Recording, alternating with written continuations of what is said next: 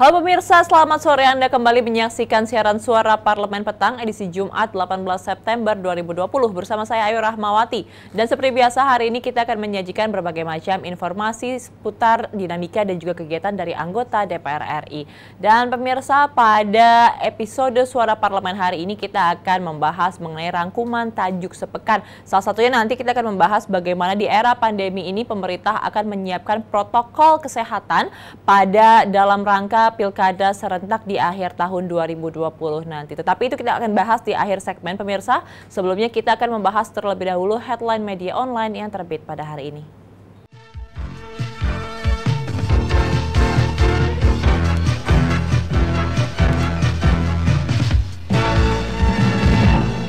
Pemirsa, berita yang pertama datang dari detik.com. Andre Rosiade setuju tradisi rangkap jabatan Komisaris BUMN dihapus.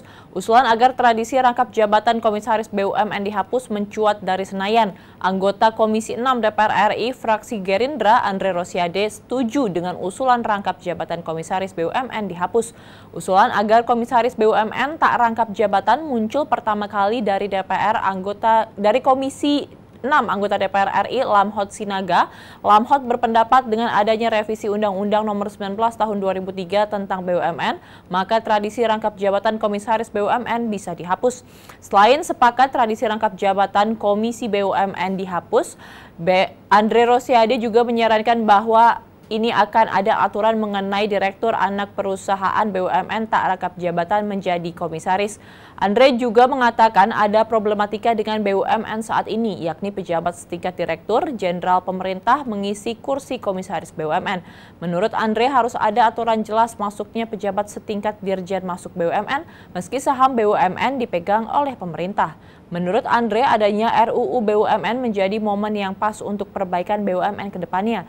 Ia mendorong agar BUMN lebih transparan serta akuntabel. Ini masih menuai pro dan kontra apakah rangkap jabatan di kementerian atau juga di BUMN ini masih diperbolehkan dan masih akan dibahas di Komisi 6 DPR RI. Kita tunggu pemirsa bagaimana kelanjutan dari kebijakan ini. Pemirsa, yang kedua kita akan membahas berita dari laman republika.co.id. Luhut meminta gubernur 8 provinsi siapkan hotel bagi OTG. Menteri Koordinator Bidang Kemaritiman dan Investasi atau Menko Marves Luhut Binsar Panjaitan meminta gubernur di 8 provinsi penyumbang terbesar kasus COVID-19 untuk menyiapkan hotel bintang 2 atau 3 untuk menjadi pusat karantina bagi pasien tanpa gejala atau orang tanpa gejala atau yang juga bergejala ringan untuk isolasi mandiri. Juru bicara Menko Marves Jody Mahardi dalam keterangan di Jakarta Jumat lalu mengatakan permintaan tersebut disampaikan Luhut saat memimpin rapat koordinasi pengendalian COVID-19 secara virtual pada Kamis 17 September 2020.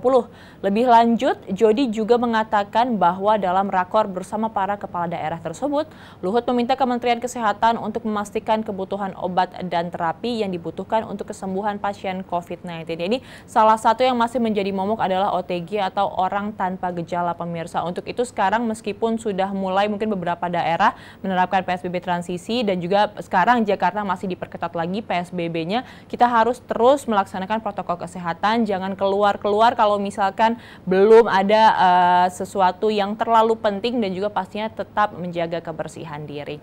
Pemirsa, kita akan beralih kepada berita yang ketiga datang dari viva.co.id. Jaksa Pinangki mulai diadili Rabu pekan depan. Pengadilan Tindak Pidana Korupsi Jakarta menjadwalkan sidang perdana kasus dugaan suap dan pencucian uang atau TPPU Jaksa Pinangki Sirna Malasari akan dilakukan pada pekan depan. Kepala Humas Pengadilan Negeri Jakarta Pusat Bambang kepada awak media pada Jumat 18 September 2020 menuturkan pihaknya telah menyesuaikan jadwal sidang merujuk pelimpahan perkara dari Kejaksaan Agung Republik Indonesia yang dilakukan pada Kamis 17 September 2020. Sidang dugaan suap dan TPPU Jaksa Pinangki ini rencananya dipimpin oleh Ketua Majelis Hakim IG Eko Purwanto dengan anggota Sunarso dan Muhammad Agus Salim, sementara Yuswardi sebagai panitera pengganti. Diketahui Kejagung bersama dengan tim Jaksa Penuntut Umum dari Kejaksaan Negeri Jakarta Pusat telah melimpahkan berkas perkara dugaan kasus korupsi dan tindak pidana pencucian uang Jaksa Pinangki Sirna Malasari ke Pengadilan Tipikor pada Pengadilan Negeri Jakarta Pusat. Ya mirsa, itu adalah 3 berita yang kami rangkum pada headline media online hari ini. Setelah ini kita akan jeda sejenak pemirsa. Nanti kita akan kembali dan membahas tajuk hari ini mengenai bantuan pemerintah untuk perusahaan tepat sasarankah? Tetap bersama kami di Suara Parlemen.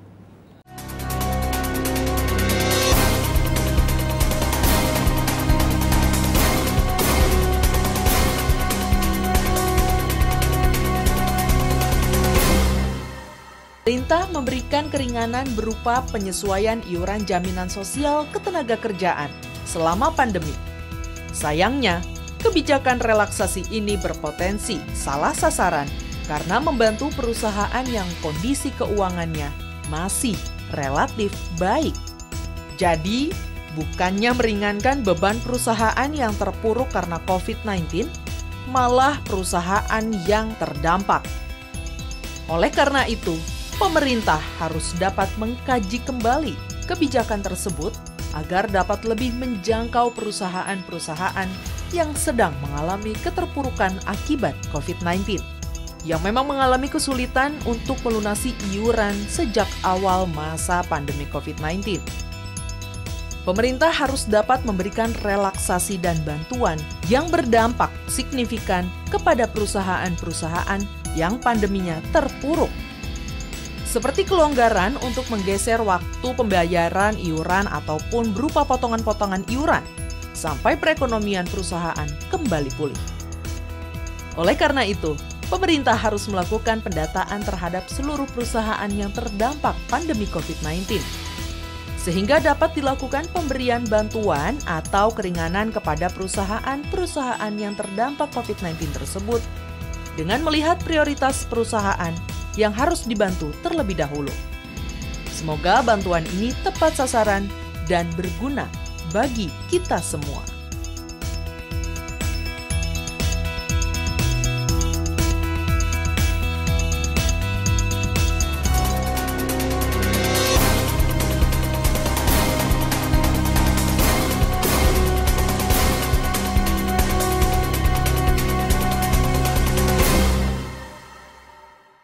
Ya pemirsa, tajuk pertama yang akan kita bahas dalam rangkuman tajuk sepekan kali ini adalah pada edisi Selasa 15 September 2020 mengenai bantuan pemerintah untuk perusahaan, apakah ini menjadi hal yang tepat sasaran?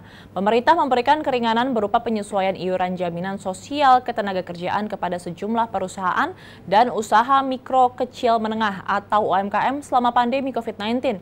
Sayangnya, kebijakan relaksasi ini berpotensi salah sasaran karena membantu perusahaan yang kondisi keuangannya masih relatif baik. Jadi bukannya meringankan beban perusahaan yang terpuruk karena COVID-19, malah perusahaan yang tidak terdampak. Oleh karena itu, pemerintah harus dapat mengkaji kembali kebijakan tersebut agar dapat lebih menjangkau perusahaan yang sedang mengalami keterpurukan akibat COVID-19 yang memang mengalami kesulitan untuk melunasi iuran sejak awal masa pandemi COVID-19.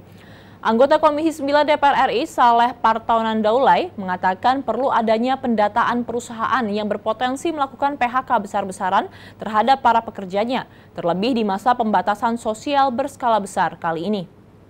Sementara itu, pernyataan juga datang dari anggota Komisi 1 DPR RI Sukamta yang mengatakan bahwa pemerintah harus memberikan perhatian dan membantu usaha pers yang ikut terdampak pandemi agar mampu bertahan dan tetap produktif dalam melakukan diseminasi informasi COVID-19 kepada masyarakat. Ya, pemirsa, kalau membahas mengenai perusahaan-perusahaan yang terdampak oleh COVID-19 pastinya itu sangat banyak, dan kalau misalkan memang pemerintah ingin menggelontarkan dana atau juga bantuan kepada perusahaan-perusahaan tersebut, ini harus dipastikan tepat sasaran karena pastinya ini menyangkut harkat dan juga bagaimana dari kesejahteraan karyawan-karyawannya itu sendiri. Jadi diharapkan ini bantuannya tepat sasaran dan pastinya efektif dapat membantu perusahaan tersebut. Dan pemirsa, setelah ini kita akan jeda sejenak, nanti kita akan kembali dan membahas mengenai tajuk edisi Kamis 17 September 2020 mengenai pilkada dan sanksi protokol kesehatan. Tetap bersama kami.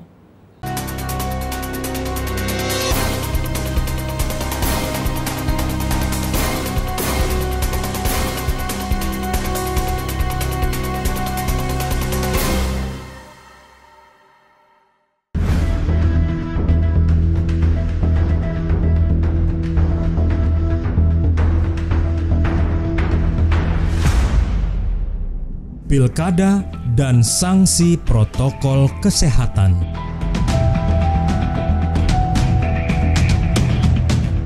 Desakan berbagai pihak, salah satunya dari Komisi Nasional Hak Asasi Manusia atau Komnas HAM kepada pemerintah untuk menunda pelaksanaan pemilihan kepala daerah atau Pilkada 2020 karena sangat berpotensi mengancam kesehatan dan keselamatan masyarakat.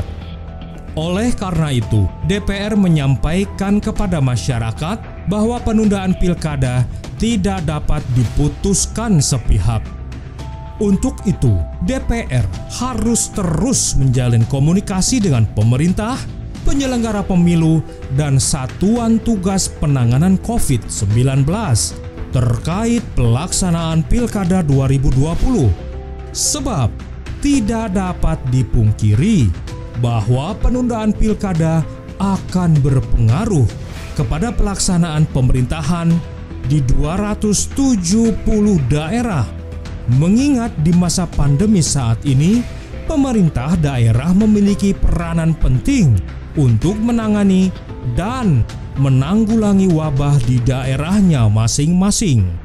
DPR RI mendorong Satgas Penanganan COVID-19, Komisi Pemilihan Umum, dan Badan Pengawas Pemilihan Umum atau Bawaslu, serta pasangan calon peserta pilkada beserta pendukungnya untuk mengantisipasi dan melakukan upaya efektif terhadap pilkada. Tidak hanya untuk menjamin kesehatan dan keselamatan masyarakat, tetapi juga peserta dan penyelenggara pemilu. KPU harus bekerja sama dengan aparat Tentara Nasional Indonesia dan kepolisian dalam mengawasi penerapan protokol kesehatan saat penyelenggaraan tahapan Pilkada 2020. Apabila tahapan pilkada tetap diselenggarakan sesuai jadwal di masa pandemik, sehingga adanya pengawasan yang sangat ketat diharapkan dapat mengurangi potensi penyebaran virus. Untuk itu, Kementerian Dalam Negeri, KPU, dan Bawaslu untuk segera menindak tegas dengan memberikan sanksi tegas dan mempertimbangkan untuk mendiskualifikasi calon kepala daerah yang melanggar protokol kesehatan saat mengikuti tahapan pilkada, agar hal ini dapat menjadi peringatan keras kepada calon kepala daerah untuk disiplin menaati protokol kesehatan dan memberikan efek jera kepada calon kepala daerah yang melanggar protokol kesehatan.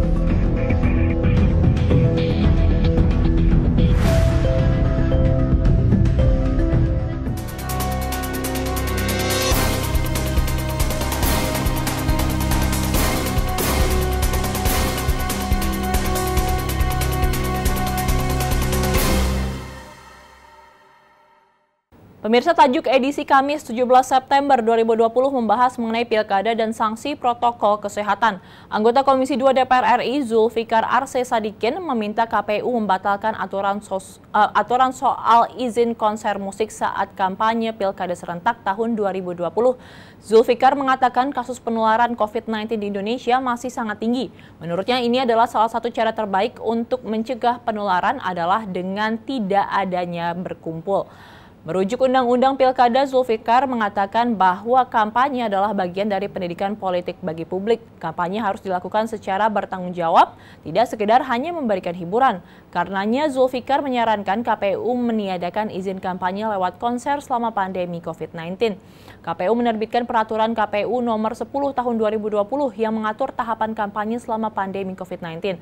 Salah satu yang menjadi sorotan adalah 7 jenis kampanye di pasal 63 ayat 1. KPU memperbolehkan kampanye rapat umum, kegiatan pentas seni, kegiatan olahraga jalan santai, sepeda santai, kegiatan sosial berupa bazar, dan donor darah. Komnas HAM mengusulkan agar tahapan pelaksanaan Pilkada serentak 2020 tersebut ditunda.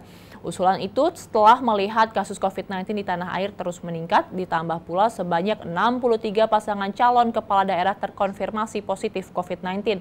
Wakil Ketua Komisi 2 DPR RI, Yakut Komas, menyebutkan bahwa konser musik untuk kampanye di masa pandemi COVID-19 berpotensi menimbulkan klaster baru. Politikus PKB itu pun merasa aneh soal aturan KPU yang memperbolehkan konser musik maksimal dihadiri oleh 100 orang. Yakut menegaskan perlu adanya sanksi tegas bagi pelanggar protokol kesehatan saat pilkada. Penyelenggara pemilu diminta untuk tidak main-main dengan nyawa manusia. Wakil Ketua Komisi 2 DPR RI Saan Mustafa juga mengatakan sebaiknya konser musik tersebut itu dihindari. Ia khawatir penyelenggaraan konser musik di tengah pandemi akan banyak melanggar protokol kesehatan. Ya, ini mungkin para pasangan atau juga para partai yang berkompetisi di pilkada serentak pada akhir tahun nanti ini diharapkan lebih kreatif lagi mungkin untuk memanfaatkan media digital dan juga sosial media untuk melakukan kampanye dalam rangka untuk menjaga protokol kesehatan. Jangan sampai ini kampanye menjadi klaster baru dari penyebaran kasus COVID-19, pemirsa. Dan setelah ini kita masih akan membahas tajuk sepekan mengenai kurikulum baru di tengah pandemi, tetapi sebelumnya kita saksikan terlebih dahulu tayangan berikut ini.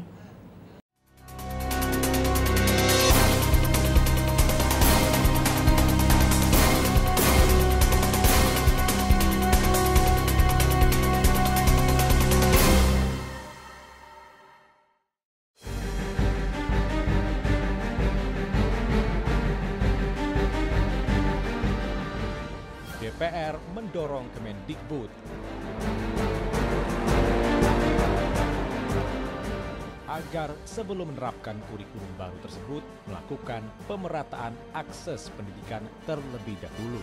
Mengingat Indonesia merupakan negara kepulauan. Selain itu, Kemendikbud harus melakukan evaluasi dari penerapan kurikulum 2006 menuju kurikulum 2013. Mengingat masih terdapat sekolah-sekolah yang bahkan belum dapat menerapkan kurikulum 2013 dikarenakan berbagai keterbatasan dan hambatan, seperti kualitas sumber daya manusia dan pemahaman guru.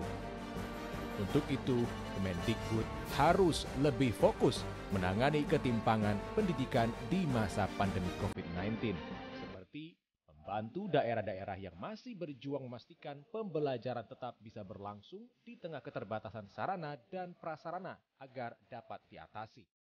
Semoga semuanya bisa berjalan sesuai rencana.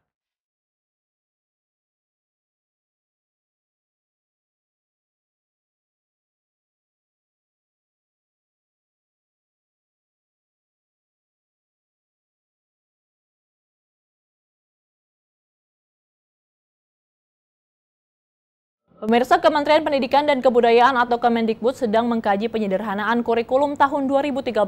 Nantinya kurikulum tersebut akan mulai diterapkan pada tahun ajaran 2021-2022.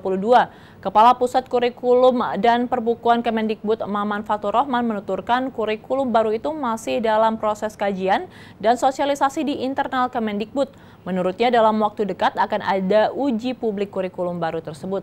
Maman menjelaskan perubahan kurikulum tersebut dilakukan sesuai sesuai arahan Presiden Joko Widodo, khususnya terkait paradigma tentang kemampuan satuan pendidikan dalam menerapkan kurikulum. Lebih lanjut, Maman mengungkapkan akan ada banyak opsi model kurikulum yang kontekstual di kurikulum baru tersebut. Sebelumnya, Kementerian Pendidikan dan Kebudayaan mewacanakan penerapan kurikulum baru pada sekitar Maret 2021. Kendala umum yang ditemukan di daerah yang telah mengimplementasikan kurikulum 2013 ada pada perbedaan kualitas SDM dan pemahaman guru. Menurutnya, perencanaan dari Nadiem Makarim menerapkan kurikulum baru di tahun ajaran 2021-2022 terlalu dini dengan asumsi hingga kini belum diketahui kapan pandemi akan berakhir. Sementara anggota Komisi 10 DPR RI fraksi Partai Golkar Ferdiansyah menyampaikan guru seringkali gagal memahami setiap perubahan kurikulum pemerintah pusat dan Ferdiansyah juga mengaku pihaknya tidak menentang wacana perubahan kurikulum. Hanya saja ia mengingatkan proses perubahan kurikulum perlu waktu dan kajian yang panjang. Ini berkaca pada sejumlah perubahan kurikulum yang kerap terjadi di dunia pendidikan dalam kurun waktu 20 tahun terakhir. Pemerintah telah 5 kali mengubah kurikulum. Karena itu Ferdiansyah mengatakan penyusunan kurikulum baru hingga penerapan di lapangan harus dipikirkan secara matang oleh pemerintah. Perubahan kurikulum menurutnya juga harus dimulai dengan pemetaan kemampuan guru dan siswa per kabupaten kota, serta memetakan kendala pendidikan yang ada. Ya, pemirsa, itu adalah berita terakhir yang kami rangkum dalam tajuk sepekan hari ini. Dan berakhirlah sudah perjumpaan kami dalam Suara Parlemen edisi hari ini. Saya Ayu Rahmawati beserta seluruh kerabat kerja yang bertugas mengucapkan terima kasih atas perhatian Anda. Sampai jumpa.